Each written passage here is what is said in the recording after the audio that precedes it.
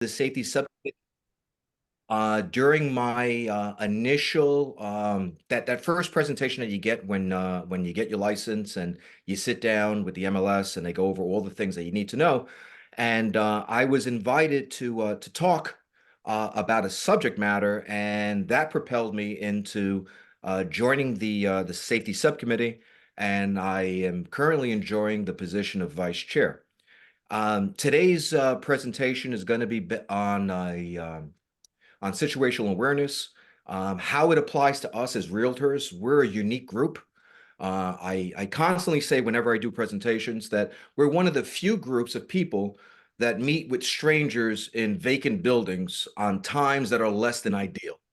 And that scenario itself kind of exposes us to certain risks that are inherent with that type of environment. And today's goal is to try to identify some of the things that could create an issue for us. And it should be very timely. I will go on to say that in the last few days, there have been a number of incidents that have occurred in our area. One involved an open house theft of currency, of money. And the current investigation that's going is identifying a trio of people that are operating out of Broward County, and they do this on a regular basis. This is their job. The other incident that occurred involves a new thing or something that's been around a while, but not many people are aware of it. Is called jugging. And what it basically means is that criminals kind of scope out banks looking for victims, and they follow their victims, and they perpetrate a crime, and it's something that's on the uptake, and it's something we need to be aware of. So as we enter into the presentation, I want to introduce our two speakers. The first is Chuck Harder. Chuck channels 20 years of leadership and distinguished service in New York law enforcement and SWAT into workplace violence prevention and disaster preparedness training for corporate offices, universities, government agencies, attractions, and entertainment venues. His expertise is formed by the real-world experiences of leading a New York SWAT team through an active shooter incident which occurred in 2009.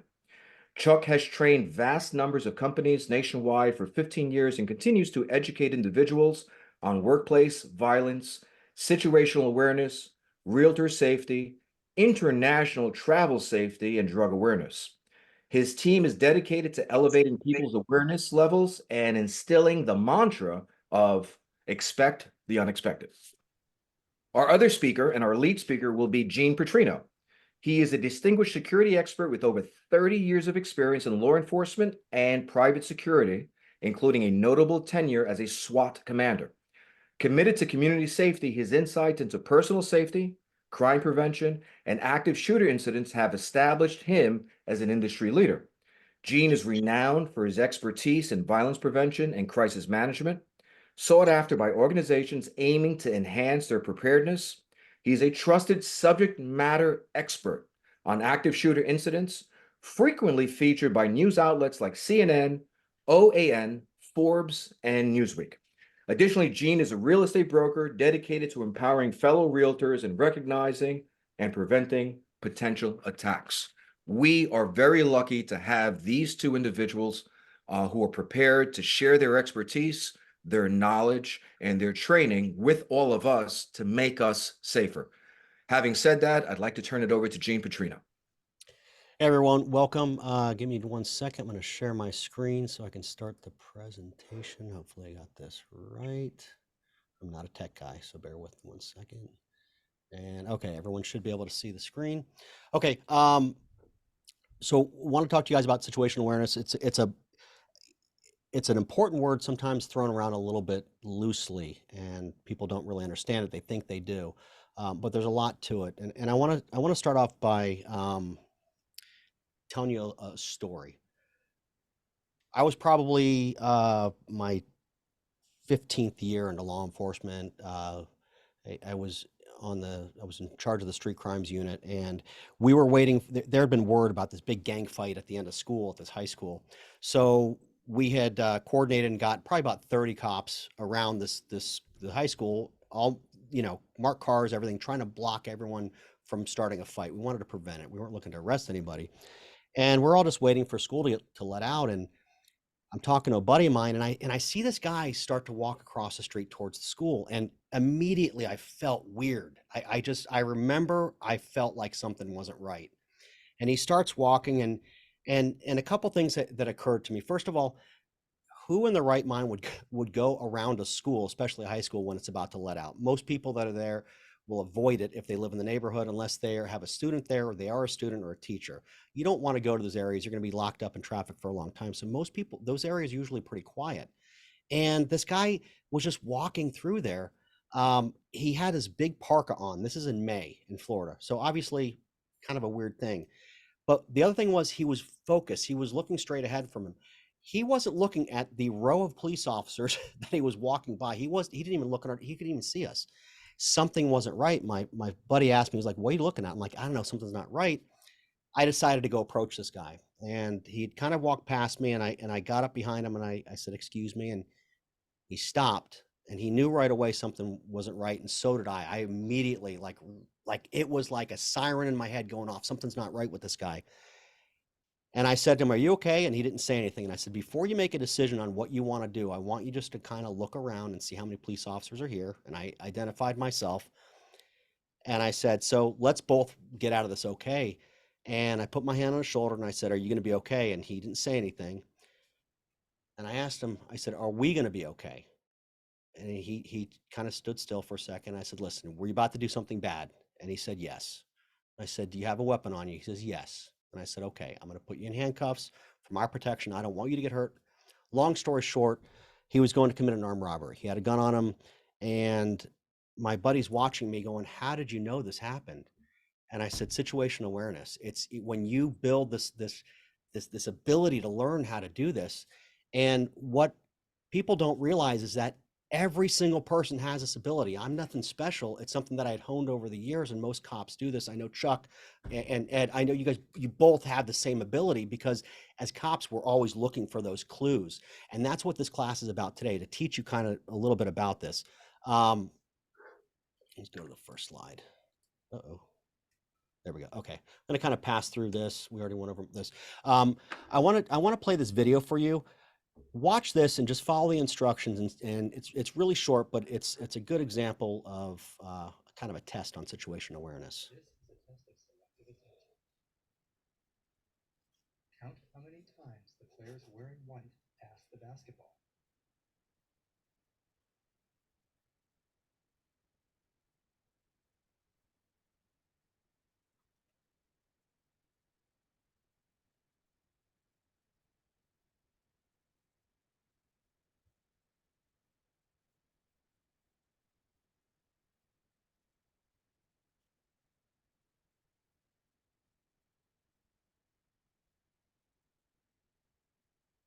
How many passes did you count? The correct answer is 15 passes. But did you see the gorilla?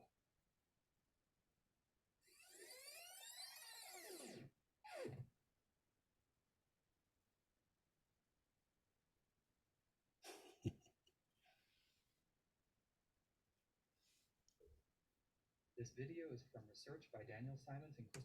Okay. This is it. So honestly, you know, you don't have to answer out loud, but a lot of people don't realize what they're looking at most of the time, because they're so focused on one thing. It's called tunnel vision, and they're not looking at the big picture. And this is a really good example of how situational awareness is really important. You should be able to focus on multiple things, and then we're going to get into baselines and anomalies, but that's what we're looking for. We're looking for that weird thing that's not getting there. But sometimes we get so trapped into what everything looks like, we just let it blend in together. And we want to kind of stay away from that. So first, we're talking about what is situational awareness. Here's kind of a techie kind of definition. It's the process of collecting an observation, using expertise to orientate or understand what is observed, and then, if needed, making a prediction of a potential outcome to inform a response. Knowing your surroundings and taking action if need be. That's really what this stems to. Left of bang mindset is something that we want to all start to develop. This was a concept that was developed by the U.S. Marine Corps, And the bang is considered to be any big event. So it could be an attack, an explosion, it could be anything big. But everything left of the bang is sort of your preparation phase, and everything after is your reactionary phase. So the concept is we want to learn as much as we can before we get to that bang incident, because once you're at that bang, you're now stuck with having to respond. It's too late. And the whole object of situational awareness is to avoid the bang. If you can identify all these things, you can avoid an attack, you can avoid a bad incident, you can prevent a bad incident. So the object of all this we're going to talk about today in situational awareness is identifying threat indicators so you can become a safer person and protect yourself and your family. Here's the basic principles: baselines, anomalies, baseline plus anomaly, decision, and decision. Okay, so baseline is sort of, if you think about how everyone acts at any Starbucks you go to, everyone's the same, or any McDonald's, it's very much the same. People behave the same way. There's no real big changes. Um, when you're looking for an anomaly, it's that deviation of a baseline, something that doesn't fit. So in the basketball scenario, it's, why is there a gorilla walking across this room of people throwing a basketball? That's an anomaly. Now, when you take your baseline, your anomaly, you have to make that decision. That's where context and relevance. And the way that I do this, explain this one, is sort of like as when I was working narcotics, we would go into a house and we'd see in a kitchen, we'd see things like a hot plate, and we'd see some pots and some funnels and things like that, kind of normal things to see in a kitchen. And then we'd go to the garage and we see the same things. That's not really a normal place for that. So it's that context and relevance of why those are in that spot usually would lead us to saying, okay, we got to make a decision. Clearly something isn't right here. And when we make a decision, it's based on having more than one thing. You want to have at least 3 anomalies before you make that decision. And there's a reason that we're using number 3, and I'm going to cover that in a minute. But remember that, look, you're always looking for at least 3 anomalies. For the guy that was about to do the armed robbery, there was an atmospheric change. I could feel something wasn't right when he walked through us. He was looking straight ahead, wearing a parka. He had multiple things that were standing out to me, making me feel normal. And that's why I made the decision. So that's what we're looking for. But it's all about biology. See, our bodies are designed to tell us when there's a problem. Every one of us has that gut feeling that something doesn't feel right, but most of us ignore it. I want to talk about the biology. It's a little bit techie right here, a little bit of science, but it's really important to understand this because everybody has the ability to identify a threat. Don't think that you have to be a security person, a police officer, military. Everyone has this ability, and I want to hone it for you. So let's look at the forebrain. The forebrain is that logic center of our bodies. It's really unique to people. No other animal really has the ability to reason and perception and things like that. It is good for that, for logic, but it's bad because it will suppress the midbrain and the limbic system, which we're gonna talk about that in a second. Um, if you injure the forebrain, you can still function. If you think about football players that have multiple concussions, they're a little slower mentally. People that have been in bad car accidents with head injuries, you have these traumatic brain injuries. That's what they're talking about. You're not going to die from that, but you're going to be cognitively impaired a lot of times. When we go to the midbrain, this is something that all mammals have. We all have a midbrain, and this is sort of that I always call it the dinosaur brain, that primordial brain that we all have. It's responsible for emotional behavior such as rage, aggression, thirst, hunger, sex drive, fear. These are sort of all survival based things, and it's all composed through the limbic system, which is all about survival and reflexive actions. If you injure your midbrain, you're probably going to die. It's that important to our very existence that midbrain is really critical to life. So here's sort of about how it works. It's part of the midbrain. It's plays the largest role in nonverbal behavior, which is why it's really good with situational awareness. Identifying it helps you understand that. It's responsible for our survival. It's that emotional, honest brain. It kind of gets that feeling, those feelings. It's all about that. And it's got 5 things that's really responsible: food, reproduction, fight, flight, and freeze. We're not going to talk about food or reproduction today. We're going to talk about fight, flight, and freeze for the most part. These are really what we're looking at, how we're going to react and how it impacts other people when we're looking for anomalies. So biological and chemical reactions, this is really big because this is going to tell you how our bodies react when when the limbic system kicks in because some kind of a stimulus that it receives. It releases chemicals in our bodies. Adrenaline, that gives you that energy. It opens up the blood vessels. It's when it helps with that fear response. Cortisol, it's sort of like a sugar thing. It gives you more energy. It also shuts down your digestive system, and it's focusing all of your energy on what you need to do is to fight. It also, cortisol is also a big one at night. It shuts down your digestive system to help you sleep. Um, so there's that. Dopamine is really important when you're in a fight and you get hurt, and that dulls that pain. I can tell you, and I'm sure Ed and Chuck will say the same thing, probably on a lot of injuries, car accidents. Some people don't know how bad they're injured because that adrenaline, all these chemicals kick in the dopamine, and they don't realize that they're severely injured. That is a big result from that dopamine rush that kicks in. So, how does this all come together? Well, the limbic system leaks information into our bodies through nonverbal cues. They communicate, like if there's comfort or discomfort, things like that, positive, negative feelings. That's really what we're looking for, and that's why our brains are designed for this. It helps us identify these clues. So the first part we're looking at is kinesics. Big fancy word, sort of means body language for the most part. It has to do with the physical movements.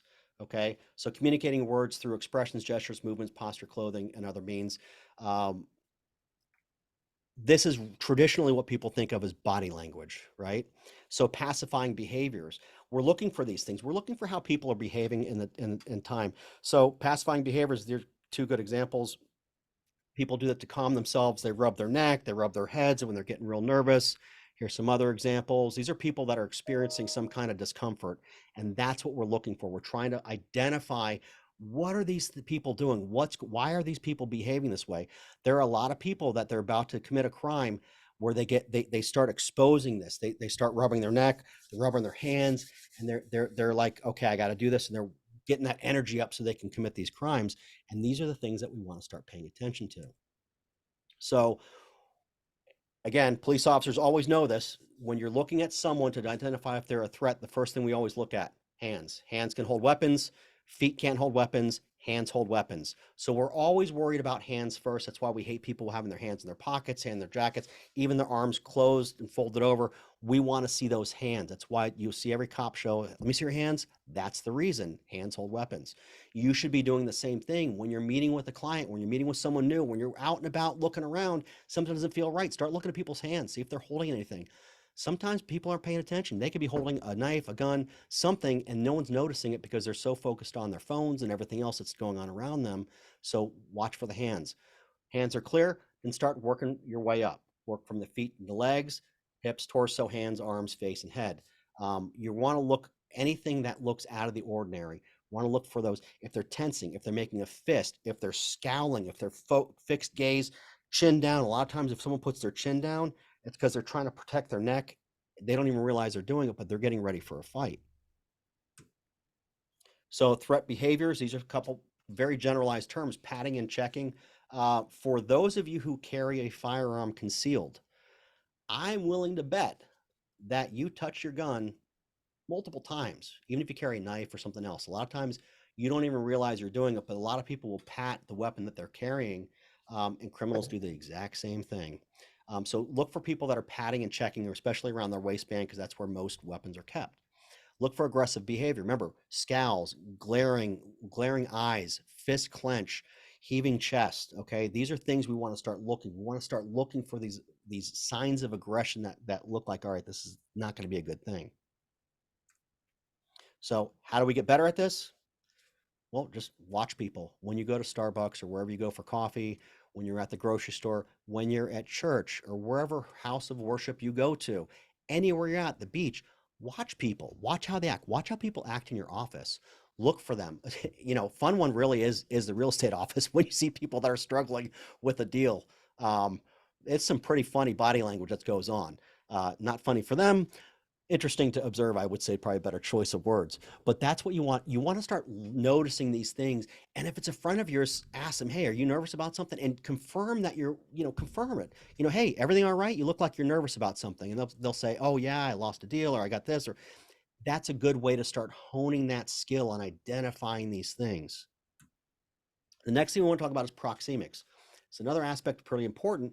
It's an interpretation of spatial distance, and culturally, it's very different. I was in Hawaii many, many years ago, and I had the fortunate experience of being on a short flight from one island to the next with a with I don't know, a complete tour of Chinese people. Um, their spatial distancing is much different here in the U.S. They're on top of you. U.S. We like space. I was so uncomfortable with these people on me. I was actually getting angry because they were pushed up against me, and I just don't like that feeling. But it was a cultural thing, and that's what we're talking about. It's how we interact in a group and how people get close to us. So it's not only about distance, but it's about the orientation, which way people are facing, things like that. You want to do something really funny, you want to see about proxemics. Next time you're in an elevator, I dare you, when that door closes, turn around and face the back of the elevator as everyone's watching you. Watch how people start getting so uncomfortable. This is what proxemics is. It has to do with that. That's not a normal thing, and you're going to be the anomaly. But I've done it. It's pretty funny to see people do it. They don't know what to do. So again, here's sort of like a good diagram of the way most things in the US, the way our culture is. Usually that close-up distance is people that are really, intimate. That's intimate space. These are friends, and they can be clients too. Once you start working with someone, especially in real estate deals, you start to form friendships with people. It's okay for them to be that close. But as you get farther out, those are strangers.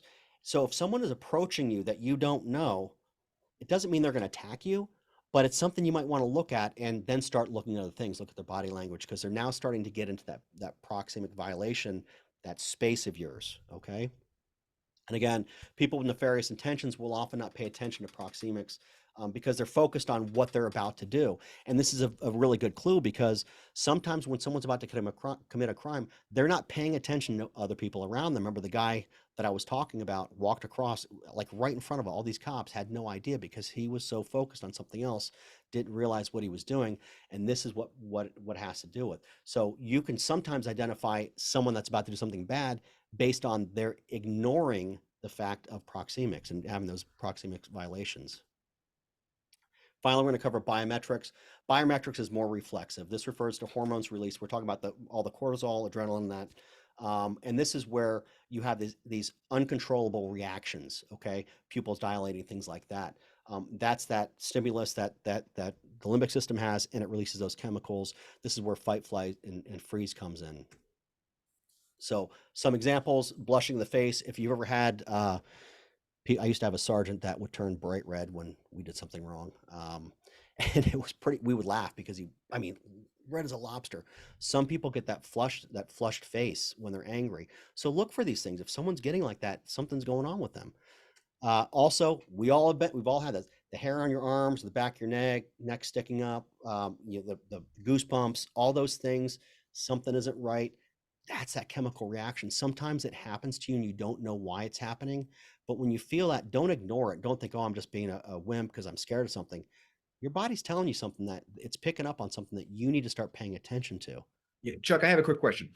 Would it be fair to say that people who are interested in doing bad things, criminals, Mhm. exhibit the same type of what I was taught is called psychological leakage? That's the sweating when it's not appropriate. That's the jugular vein that starts to pound really hard. Mhm. That's the sudden eye movements that are moving in different directions. Um, is it fair to say that some criminals can't control that, and as it becomes a byproduct of their intent to do something bad? You can't hide biometrics. You can't hide sweating. You can't hide you can't train yourself not to do it. You can conceal it. And again, if the next picture you can see, these are poker players, and that's what they do, is they're trying to hide that dilating pupils by wearing glasses. That's why they do it. Sometimes when you get nervous about something, your eyes open up wider. They're concealing that. So a lot of criminals will do things like this to disguise it, but there's no ability, no one is able to repress it. You're not able to stop your heart rate from getting too much increased. I suppose if the more that you're involved in a situation of stress, you do have some ability to control that. But for the most part, you can't hide all of those reactions that your body has. So something will come out, and that's why it's called leakage. It can be verbal, nonverbal. There's a lot of reasons, and especially when you start talking about active shooter incidents, there's we refer to leakage all the time about you know they posted something on email, they made a comment to a friend of theirs, they all of a sudden had books on weapons. Like there's things that are leaked out there. So yeah, it does come out in some way, but everyone eventually can't hide everything. And that's what we're looking for. That's why I also say that you don't want to just have it to one thing. You want to have it to three things. And I think I kind of skipped over that. But when we're talking about having three anomalies, there's something called channel, what's it called? Channel perception. Your ability to control the amount of information in your head um, under stressful incidents is only about three things that you can control. When you're at a normal rate and you're thinking about how much is going on, you can usually do six, seven things at once. You can focus on them, but as stress comes in, you focus down to it. That's why the number three is always really important. And if you think of examples of that, 911, there's three numbers: stop, drop, and roll, run, hide, fight. There's a reason why we keep things down to three, because under stress, that's what we're focusing on. It's the same thing when we're talking about looking for these anomalies. Once you start getting three things, all right, now we need to start making some decisions. But yeah, great question. And it really does come down to that we do have that ability to conceal it, but you can't always prevent all of it from getting out. So leakage is definitely something that comes out there. I don't know if you want to add anything to that, Chuck. I kind of ran over you there a little No, bit. it's good. I agree. It's just it all depends on the people, because if someone's good at it, they can hide it pretty well. We've all dealt with a lot of good criminals in our Yeah. days, so all depends. So whether you look for the little stuff, and hopefully you get the bigger stuff. Yeah, yeah, you can definitely hide some things, but somewhere along the line, something is going to come out, and that's why observation is so important. That's really what this is all about. Um, some other things, like I said, biometric cues: increased heart rate, respiration, sweating, pain or loss of paling or loss of color, cold sweats, dry mouth, excessive blinking, shaking. Blinking is a good one. The more excited you are, the faster you blink. The more calm you are, the less you are. I've had people, about to commit a crime, or we were watching, and you just see them, just their eyes fluttering, and it's almost funny, and they have no idea it's happening. So something's about to happen. These are little things you want to start picking up, because, like Chuck saying, you can hide a lot of things, but certain things like that, it's very hard to disguise. And finally, atmospherics. And this is like, again, that whole big thing about atmospherics is the totality of everything together, the biometrics, kinesics, and all that. You want to kind of put it all together. Um, and again, for me, when this guy was walking in that area, that was a biometric, atmospheric shift. Another example is if you've ever walked into a room and everyone's talking, and as soon as you walk in there, everyone's quiet. For those of us that have been supervisors, it happens frequently. You're like, you guys talking about me, or are you just nervous about? So it's when you see that collective change in behavior, or for people who watched Cheers back in the day, when Norm walked into the bar, everyone stopped Norm, and they would say this guy's name, because that was an atmospheric change. Something was introduced into the atmosphere, that a stimulus of some sort that caused a reaction. You want to look for those things. So kind of covered this already. We'll pass that. So how do you respond to threats? We're going to cover OODA loop. This was a concept by, I think he was Lieutenant Colonel in the Air Force. I think his name was Boyd, if I'm not mistaken. But either way, so OODA loop, he was a fighter pilot, and he would train all the fighter pilots in the Air Force with this concept of OODA loop, which was observe, orient, decide, and act. And that's how they made these really quick split-second decisions on how to respond to during a dogfight. And it's the same thing that we can use on every aspect of our life when making decisions. So observe. The aim of building the most accurate and comprehensive picture of a situation as possible. Information alone is insufficient. The observation stage requires converting information into overall picture with overarching meaning that places it in context. And particularly vital skill is the capacity to identify which information is just noise and irrelevant, or that's current for the situation, to make a decision. So this is in its most basic form. This is what situational awareness is: being aware of what's actually happening and kind of filtering out what isn't important. When we're talking about the basketball being thrown around, wasn't so much how much the basketball was being thrown, why was that gorilla walking through there? So being able to say, all right, the basketball's not important, that gorilla is what's important, and that's what we're looking for, and that's what really observing has to do with. The next part of the cycle is the orientation, orienting yourself, which is connecting reality with seeing the world as it really is. Um, we tend to kind of let our influence and bias get in the way of things, and we start to ignore stuff that we shouldn't shouldn't be ignoring. Um, Sometimes when we're talking about observation and orientation in this capacity, we can think about how often our body, our forebrain, tries to override these senses of the limbic system and tells us just ignore that. And we see this a lot of times in active shooter incidents where people are in a school or they're in an office building and they say, well, I thought I heard fireworks. I thought it was a firecracker. Well, really, why would there be a firecracker at work or at school? It's your body trying to convince yourself that it's not really happening. So orienting yourself is to understand that, yeah, this is the real world. This is really happening, and we need to start focusing on it. So it's recognizing that your body is going to probably try to hide itself, but it also about trying to ignore those barriers that interfere with other parts of the OODA loop. So when you're thinking about the next step, which is deciding, orienting is also about understanding the big picture. If you're in a room, where are my exits? Am I able to get to one exit to another? That's about the orientation process also, because you're realizing something isn't right. You observe, you're orienting yourself. Okay, that looks not good. Okay, I got an exit over to my left. All right, let's see what else is going on. And you start to create that decision point. All right. So those first two steps, observe, orient, those are your the foundation. Now you got to make a decision. If you've got more than three anomalies, what do? We got to act. Okay, so now you're going to use all of those decision orientation to make that decision. All right, I'm going to go out this way. If I can escape, I'm going to, or not. If I've got to address the threat, then I'm going to address it that way.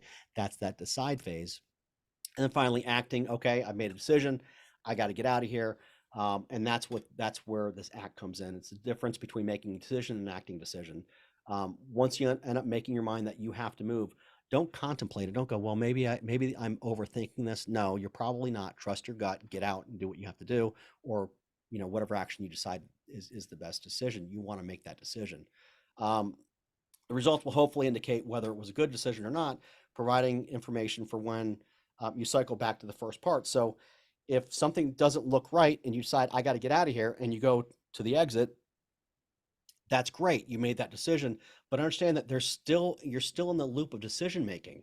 You're still making, you start hearing shots behind you.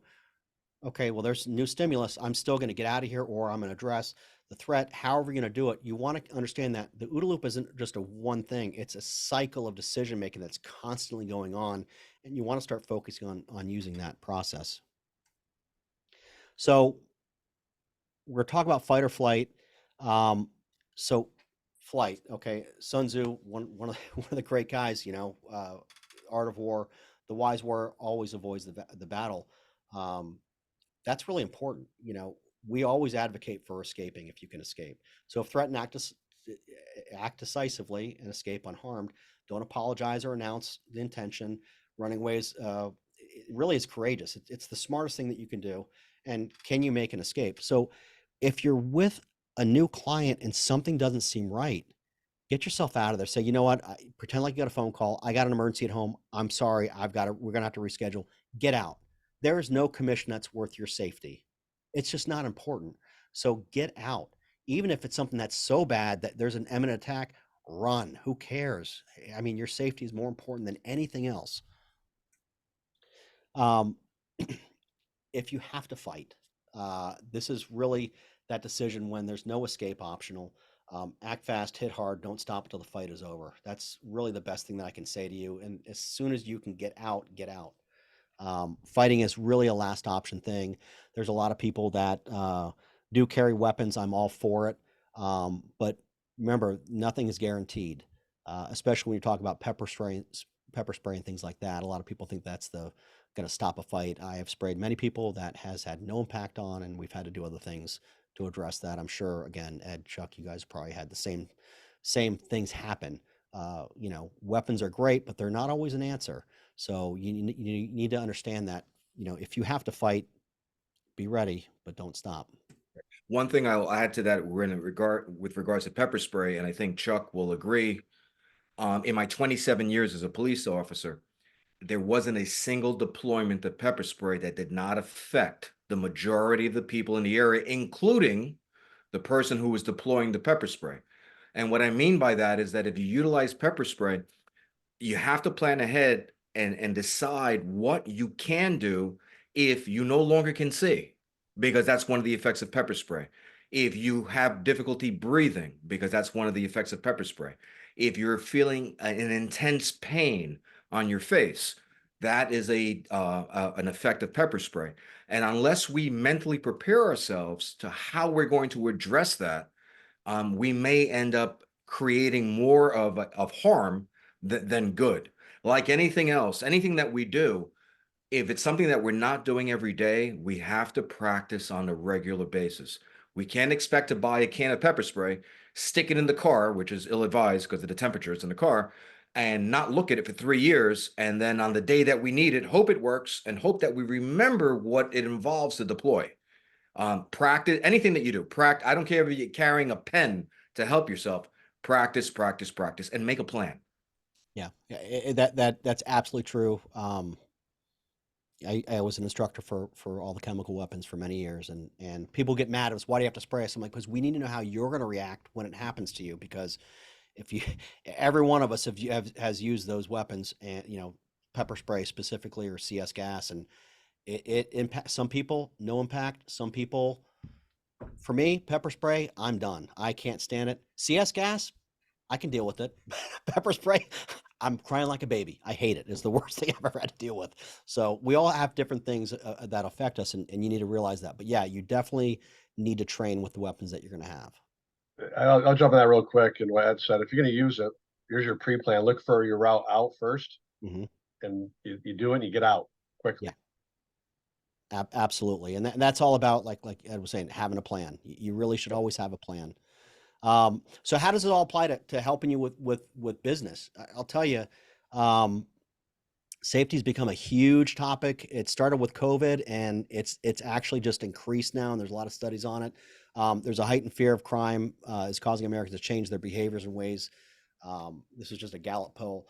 They're putting a lot of value in how a company or a business or product is going to keep them safe or provide safety effect to them.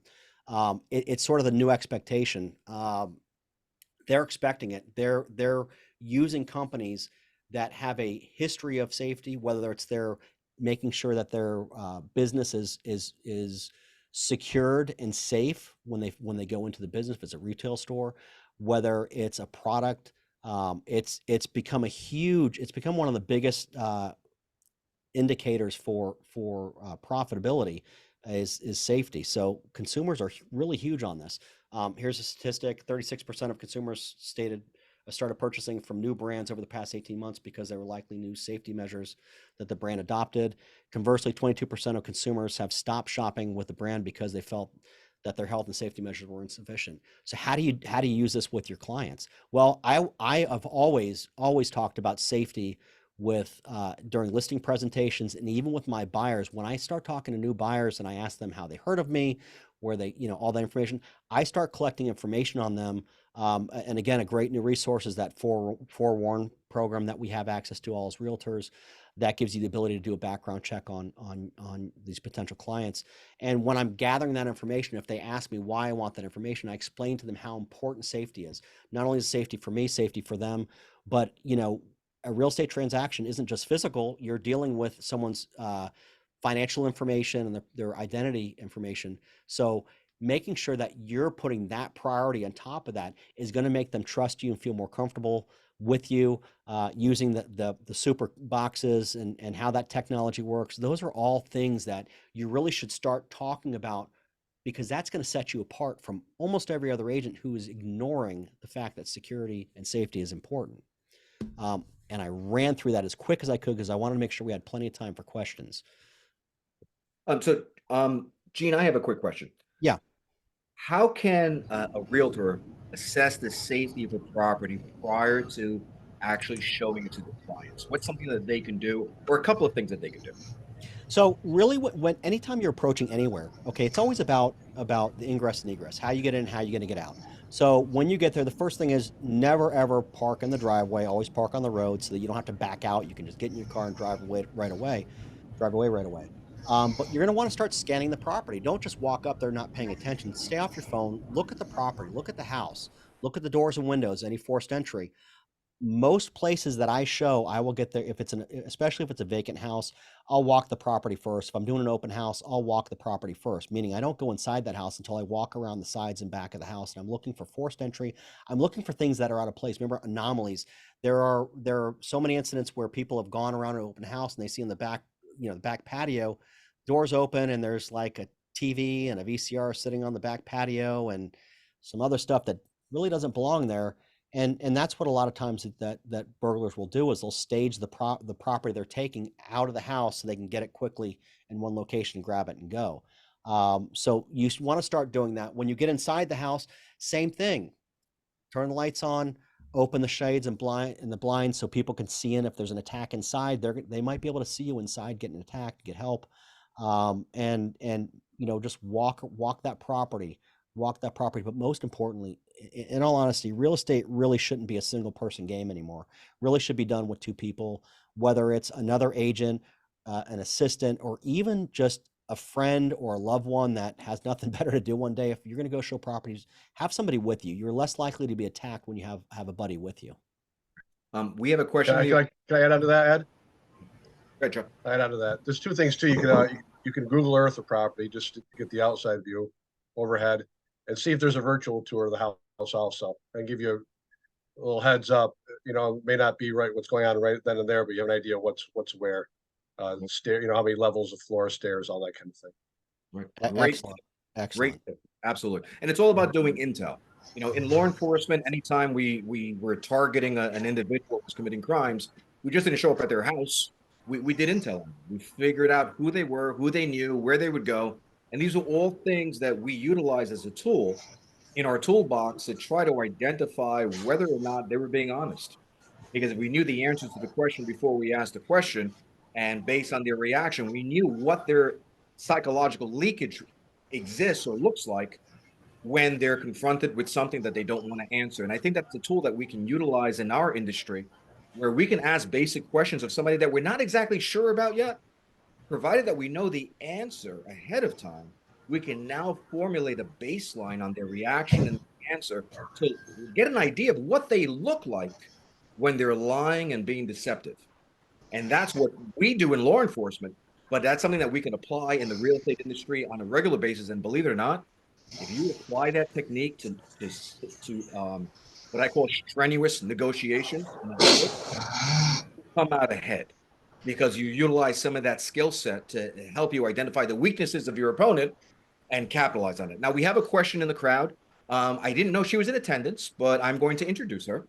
Her name is Liz Woody. She is the chairperson for the safety subcommittee, and she was attending our meeting today and didn't know. So, Liz, I'd like to see what your question is and introduce. Very good. Hello. Yes, that was so interesting. Thank you so much. That obviously helps everyone. I just have a comment when you were talking about the elevator, and I forget the term that you gave it.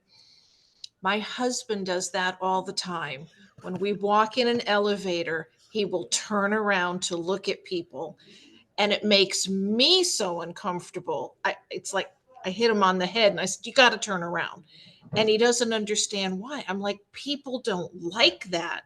But it's interesting to learn there's actually a term for that. So yeah, it's proxemics is what it refers to. Yeah, and it's fun. It's a fun thing to do every night. I do it every night just for fun, just if I'm bored. Oh my Lord, get you two together.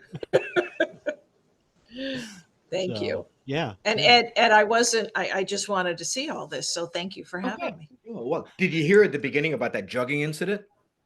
I did. And that was on a safety roundtable we had last year.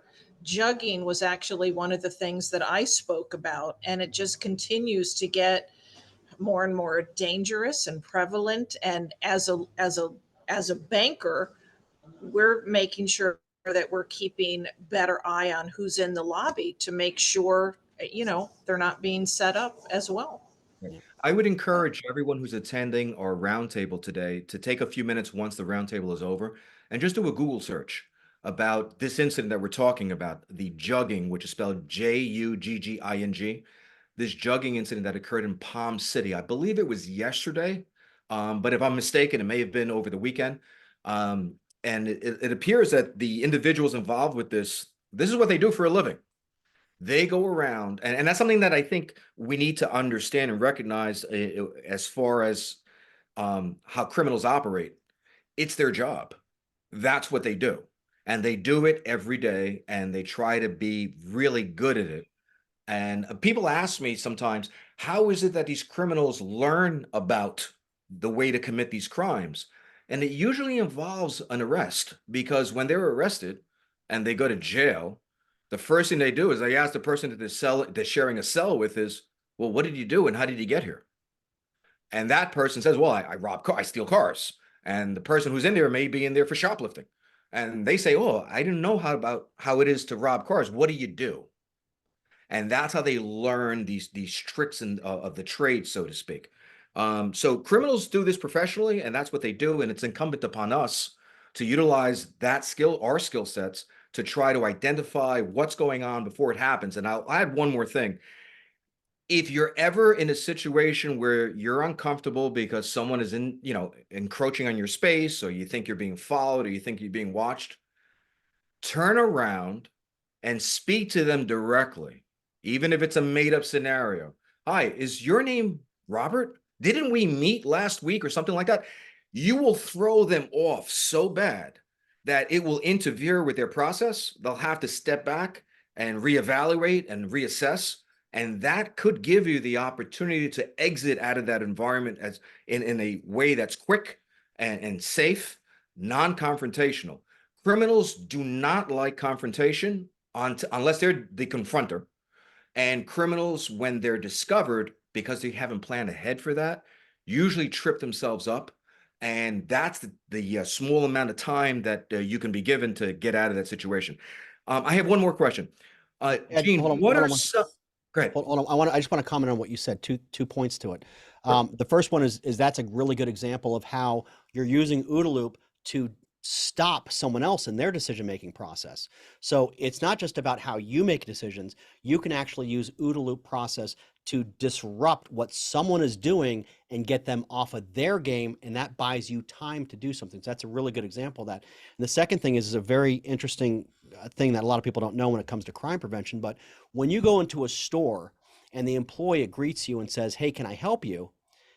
The truth behind that, and even they don't know this, but the purpose behind them asking and talking to each customer that comes in isn't about customer service. It's that when that happens, there is a 95% reduction in shoplifting because you've identified a person and seen them face to face, and you're actually dissuading people that go in there to shoplift. Now they know who I am, and that's actually been proven time and time. It's been going on for decades. 95% reduction in that by just addressing them. Criminals don't want to get caught. They don't like being identified, and that's a great way to do it. And sorry, I didn't mean to cut you off, Ed, but you got another question? That's fine. So next question I have is, what are some of the common indicators of potentially dangerous situations that a realtor should be aware of during property showings? All right. So sometimes what ends up happening is actually a really good one. It's the one that just happened here. I think it was, I don't know where, it was somewhere in Broward, the open house one. So there were 3 people that had gone in the house, and they all separated. They all went in different directions. That's a huge red flag when people are splitting up. So any kind of distraction like that is an indicator there's something going on here. And the Ring doorbell shows this agent knew something was going on. And as soon as they walked out, he looked, saw what happened, and chased them out, and they sped off. So you're looking for some kind of distraction. Sometimes they will try to keep positioning themselves so they're behind you. You never want to let somebody be behind you. Always, when you're showing a property, show them the way. Say, hey, go ahead, you can go ahead and enter, and let them lead the showing. You don't want someone behind you. It's easier to attack you. When they're in front of you, you can defend yourself, escape, or prevent the attack altogether. So you're looking for that. But again, listen to your body. You feel something isn't right. You feel like something's not right. Even if you're like, I don't see a lot of things going on, but I'm going to take a break. I'm going to step outside and make a phone call and tell them, hey, I got to make a phone call real quick. Call somebody. You're better off safe than sorry. Listen to that gut. Listen to your gut instinct. Right. Something that I try to incorporate and I try to share that with people I know is anytime, my wife says I'm the what if guy. Anytime you're entering a place, meeting with new people, going on a trip, taking a flight, going on vacation, you should always play in your mind certain scenarios of what could occur, the what if, and how you're going to react to it. Because if we have some kind of plan, even if it hasn't been practiced, but if we have some kind of plan centered in our brain, it allows us to react that much quicker because we don't have to think about what we have to do. We've already thought about it. So all we're relying on now is the implementation of that plan. And the more frequently we do that, the more used to it become, where it becomes second nature. We don't even think about it anymore. It just happens. It's like even putting on our shoes. When we're going to tie our shoes, we don't think about how we're going to fold the laces. It just happens. Why? Because we do it every day and we get used to doing it. I had another question. Can you provide techniques for maintaining awareness without appearing distracted or paranoid to clients? Yeah. So again, when we're talking about situational awareness, it really does come down to just practicing over and over, watching people. The more that you actively watch people, the less it looks like you're actively watching. You get more relaxed. Usually, like you start off learning about body language, you're like glaring almost at people. The more you do it, you get more relaxed, and you're almost just like looking around. And it's funny. You look at a lot of people in law enforcement or military, and you can almost, all three of us, we could probably identify ourselves even if we don't know each other in a crowd. We're like, yeah, he's a cop. We know because the way we carry ourselves, and then we almost have this relaxed kind of sort of head on a swivel, looking around and just being very observant. That's not a normal behavior.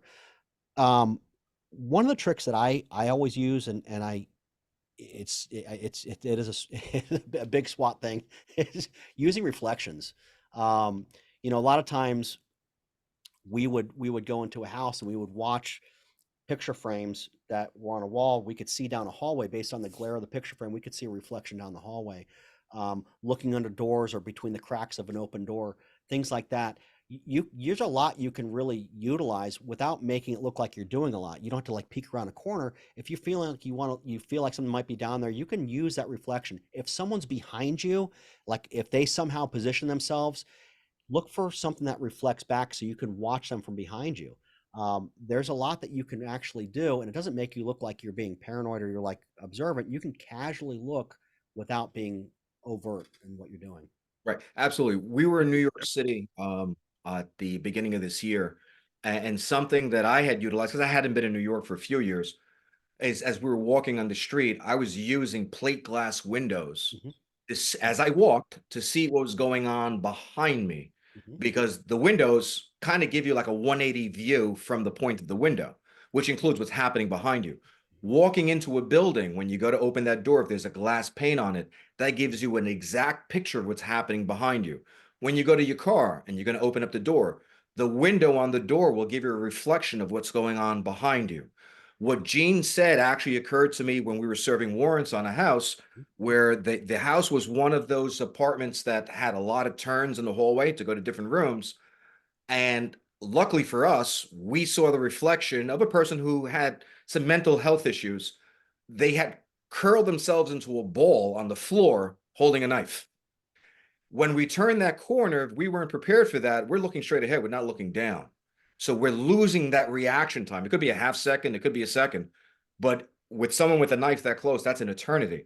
By utilizing the reflective surface of a painting or a picture that was on the wall, we were able to see him before we turned the corner. And it's amazing. Very low tech, costs nothing because you don't have to buy anything. It's already there if it exists, but it makes a true difference. So I think. Can I add in here, Ed? we're talking about body language too, and for everybody out there, don't forget it's your own body language that makes a big difference.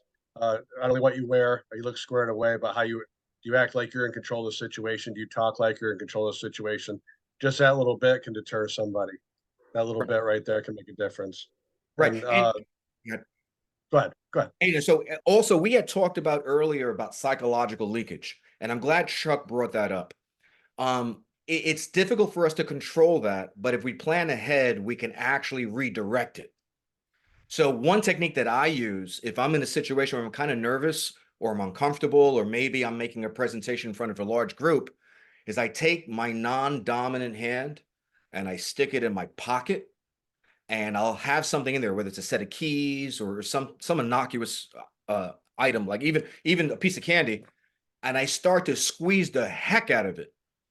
And what I'm doing by doing that is I'm channeling that psychological tension and leakage into something else that's not directly visible, and it doesn't give my intent away. So again, it's all about redirecting and planning ahead, and being able to identify something that doesn't seem right before it becomes not right. Are there any other questions from the crowd, from our people in the audience? Something we may have covered, didn't elaborate on, or something that that we didn't cover, but it kind of lends itself to what we're talking about as far as situational awareness? I mean, I Not went over seeing everything pretty anything in the quick, so. chat at this time, just a lot of compliments and, just everyone's impressed with the presentation. So Good, good. We bring a lot of experience and a lot of training, but most importantly, we care. We really care about what it is that we do, the people that we work with. And when I see articles like I saw over the last couple of days about that jugging incident at the bank, or the one realtor who had his client's items stolen during an open house, um, those things don't need to happen. We have a skill set, we have training available to us that we can share with our clients to help prevent them from victimization. And I think it's important on all of us as leaders within our industry to be able to impart onto our clients the expertise and the training that we receive to make their lives better and make our industry safer. So having said that, I'd like to thank Gene, and I'd like to thank Chuck for sharing their experience, their training, their thoughts, and an attempt to give us the skill set and some of the tools for our toolbox to make our industry safer, a safe place where we can do business, meet people, meet great people, and just move forward and make sure everybody's safe. well said. Thank you so much, Ed. Thank you, Jean. Thank you, Chuck. Wow, what an amazing presentation. I'm sure everyone has quite a few takeaways to take with them. Remember, take these away and use them, utilize them in your everyday lives. Share with them with your family members, with your co-workers and offices, and invite them to join our upcoming sessions. We have our Realtor Safety in the Real World coming up on May 21st. That's going to go on from 1 to 2 p.m. And if you like this roundtable, we have another one scheduled for May 15th. And this time we're talking about social media and how to protect yourself in the internet world. So you can register for that and more on our World calendar. We hope you have a great rest of your afternoon. And most importantly, be safe, everyone. Have a great day. Bye. See you guys. Thank you.